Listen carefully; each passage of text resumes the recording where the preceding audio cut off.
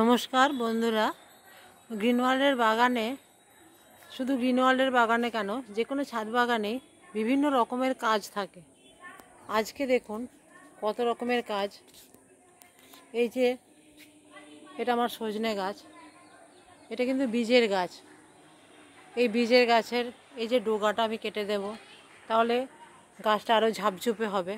ঝাপঝুপে হচ্ছে, আরও ঝাপঝুপে হবে, আর বেশি বড় হবে না। বেশি বড় হলে আবার ফুল পাড়তে বা ডাঁটা বা পাতা পাড়তে অসুবিধে হবে। তার জন্য এই ডোগাগুলো আমি কেটে দেব। ডোগাগুলো কি করে কাটবো দেখুন, এই যে ঠিক আছে, এটা আমি কেটে দিলাম, তাহলে আরও ডাল বেরোবে।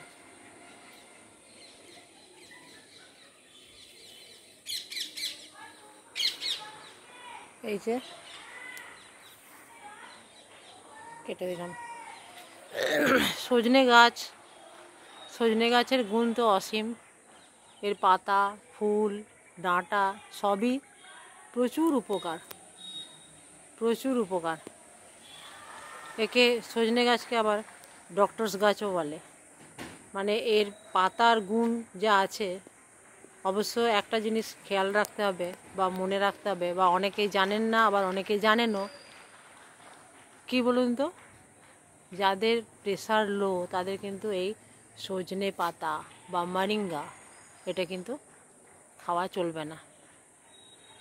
হাই প্রেশার থাকলে সজনে পাতা খেলে 3-4 দিন টানা খেলে কিন্তু প্রেশার একটু কমে আসবে, কিন্তু যাদের লো প্রেশার তাদের কিন্তু খাওয়া চলবে না। এছাড়াও আজকে আর কি কাজ করব সেটা দেখাচ্ছি। এই যে দেখুন ছোট্ট ছোট্ট ডগা বেরিয়ে যাচ্ছে, এই যে এগুলো কিন্তু কেটে দিতে হবে, কারণ গাছ ঝাপঝুপে হবে, বেশি বাড়ালে সামলাতে পারবো না। হ্যাঁ, যেহেতু আমার মালি নেই এবং নিজেকেই করতে হয়, সেহেতু এই যে ডগা, এই ডগা এগুলো কিন্তু কেটে দিতে হবে। ডগা কেটে দিলেই গাছ ঝাপঝুপে হবে আর সামলানো সুবিধে হবে। ছোট জায়গার মধ্যে যদি ঝাপঝুপে হয়, গাছটা সামলানো সুবিধে হবে। দেখুন, ড্রাগন গাছ একটু সামলে নেওয়ার ব্যাপার থাকে।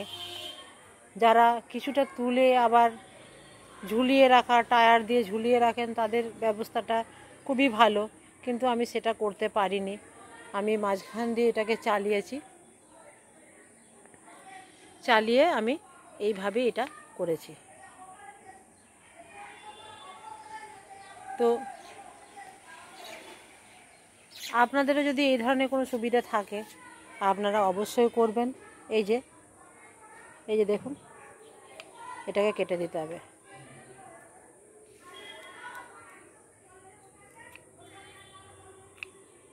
ঠিক আছে, এটাকে কেটে দিতে হবে। তো এইগুলো না কাটলে, না করলেই কিন্তু গাছের যত্ন মানে শুধু গাছে জল দেয়া আর কাড়ি সার দেয়া নয়। ঠিক আছে, গাছের যত্ন মানে গাছে পাতা পেকে যাচ্ছে কিনা, পাতায় একটু পাতাটা কোনো পোকা হচ্ছে, খানিক কীটনাশক দিয়ে দিলাম, সেটা না দিয়ে সেই পাতাটা ফেলে দেয়া, কেটে ফেলে দেয়া, একটু নিম জল দেয়া। হ্যাঁ, এই বিভিন্নভাবেই কিন্তু গাছের যত্ন মানে খালি শুধু জল দেয়া আর সার দেয়া, কাড়ি সার দেয়া আর কেমিক্যাল কীটনাশক, সেটা কিন্তু নয়। গাছের যত্ন মানে গাছটাকে নিজের বাচ্চার যত্ন কেমন করে, ঠিক সেইভাবে। বাচ্চার যত্নের কি কোনো একরকম নিয়ম আছে? আমার বাড়ির বাচ্চা একরকম, আর একজনকার বাড়ির বাচ্চা একরকম, সবার বাড়ির বাচ্চা কিন্তু একভাবে বেড়ে ওঠে না। ঠিক আমাদের গাছপালাও কিন্তু ঠিক এরকমই। দেখবেন আমার পাশের বাড়ির ছাদটা, তার বাড়িতে যত্ন একরকম করছে, আমার বাড়ির যত্ন আমি একরকম করছি। গাছ কিন্তু সেইভাবে একইভাবেই বেড়ে উঠবে। প্রকৃতিগতভাবে গাছ নিজের ইয়েতেই কিন্তু বেড়ে ওঠে। সেই বেড়ে ওঠাটা কিন্তু তাকে দিতে হবে। সে কেমনভাবে বেড়ে উঠবে তাকে ছেড়ে দিতে হবে। আপনি আপনার মতো করেই গাছকে বড় করুন। এই যে এই গাছে 15টার মতো পেয়ারা ভালো মতো দাঁড়িয়েছিল, এই যে একটু আড়াল দিয়ে আমার মতো করে আমি আড়াল দিয়ে রেখেছি। এটা একটা আছে, ভালোই বড় হয়েছে, কিন্তু এটা আমি ঠিক 2 দিন পরে তুলব। মোটামুটি একটা যত্ন পরিচর্যা, এটা আমাদের গাইডলাইন থাকে একটা, আমরা আমাদের নিজেদের মতো করে বাগান করব এবং সেই গাইডলাইনটা মেনে আমরা আমাদের নিজেদের মতো করে বাগান করব। আমরা যেমন বাচ্চা মানুষ করার ক্ষেত্রে বড়দের একটা গাইডলাইন মেনে চলি, কিন্তু সবাই কি একই রকমভাবে একইভাবে করি তা কিন্তু নয়। গাছকেও তার নিজস্ব শক্তির পরীক্ষা দিতে হয়, তাকেও প্রকৃতির মধ্যে দিয়ে বড় হতে দিতে হবে। হ্যাঁ, তবেই সে কিন্তু সঠিকভাবে বেড়ে উঠবে এবং তারও প্রতিরোধ ক্ষমতা হবে। হ্যাঁ, কাজেই বুঝতেই পারছেন যে খুব বেশি কেয়ারও নয়, খুব বেশি নয়, কিন্তু মোটামুটি দেখতে হবে তার পাতায় পোকা হচ্ছে কি না, গাছে ঠিকমতো জলটা আছে কি না, আবার অতিরিক্ত জলও দেওয়া চলবে না। হ্যাঁ, এই সমস্ত ব্যাপারগুলোই কিন্তু আমাদের নজর রাখতে হবে। এই যে দেখুন, এটাকে আমি আমার মতো করে ওই দিকটাতে ঝুলিয়ে দিয়েছি, মাঝখানে রডটা দিয়ে এভাবে ঝুলিয়ে দিয়েছি। হ্যাঁ, তাতে কিন্তু আমার ফল আসছে। হ্যাঁ, এই যে একটা,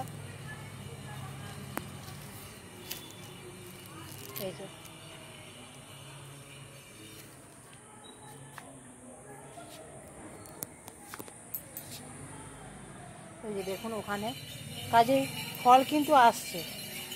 হ্যাঁ, গাছকে নিজের মতো করেই বাড়তে দিতে হবে। আর এই যে দেখুন কুমড়ো গাছ, এই কুমড়ো গাছ আমার 12 মাস কিছু না কিছু থেকেই থাকে। সবজির খোসাগুলো ফেলি তো, সেই সবজির খোসা, তাতে বীজ থাকে, সেই বীজের থেকেই কিন্তু গাছ হয়, আবার সেই গাছই আমার এই মাচায় উঠে যায়। হ্যাঁ, আর এতে আমি কিছুই দিই না, ওই মাটি, গোবর সার আর জৈব সার, পাতা পচা যে কী পরিমাণ থাকে ছাদের, বা সবজি পচা, সেইগুলো তুলে তুলে এই টবে ওই টবে করে দিই, আবার একটা জায়গাতে পুষতেও দিই। এই যে দেখুন, এই মাত্র আমি কতগুলো কুমড়ো পাতা, লাউ পাতা, পাকা পাকা যেগুলো, সেগুলো তুলে কিন্তু এখানে রেখেছি। এইটাই আমি একটা জায়গাতে তুলে দেব, তুলে দিয়ে আবার হবে। এইভাবেই কিন্তু আমার গাছগুলো বেড়ে উঠছে। দেখুন, এটা কিন্তু কম পাওয়ার কিছু নয়, এটা আমার ছাদ, আমার বাগানে কোনো কেমিক্যাল নেই। সবেদা তো প্রায় 70-80খানা সবেদা হয়। বেগুন 12 মাস আমি বেগুন খাই, এবং ছোট ছোট গাছে, কীরকম ছোট গাছে দেখাচ্ছি দেখুন। এই যে দেখুন, এই যে দেখুন, ঠিক আছে, এখানেই দুটো ছোট্ট গাছটাতে আমার 2টো বেগুন হয়েছে। আবার এই গাছটা দেখুন কি সুন্দর হয়েছে, এতে কিন্তু আমার কোনো কীটনাশক দেওয়া নেই, ঠিক আছে। এই যে দেখুন, এই যে পাতা পেকে গেছে, তো এটাকে কাউকে বলে দিতে হবে, এটা হাত দিলাম পড়ে গেল মানে এটাকে আমাকে ফেলে দিতে হবে, ঠিক আছে। তো এই ফেলাগুলোও কিন্তু আমি বাইরে করি না। এই যে দেখুন, গাছের গোড়ায় টোড়ায় দিয়ে দিলাম এদিক ওদিক করে, এগুলো কালকে আমি তুলে একটা জায়গায় করে দেব। তাহলে এই যে বেগুন গাছ, আপনারা দেখেই বুঝতে পারবেন যে কত নিট অ্যান্ড ক্লিন, পরিষ্কার, এবং কিসে আছে, ছোট্ট একটা কালো প্যাকেটে। হ্যাঁ, দেখতে পাচ্ছেন, তাহলে এটা তো কম পাওয়া কিছু নয়। আর এই যে বেগুনটা না আমার 12 মাস বেগুনটা ধরে।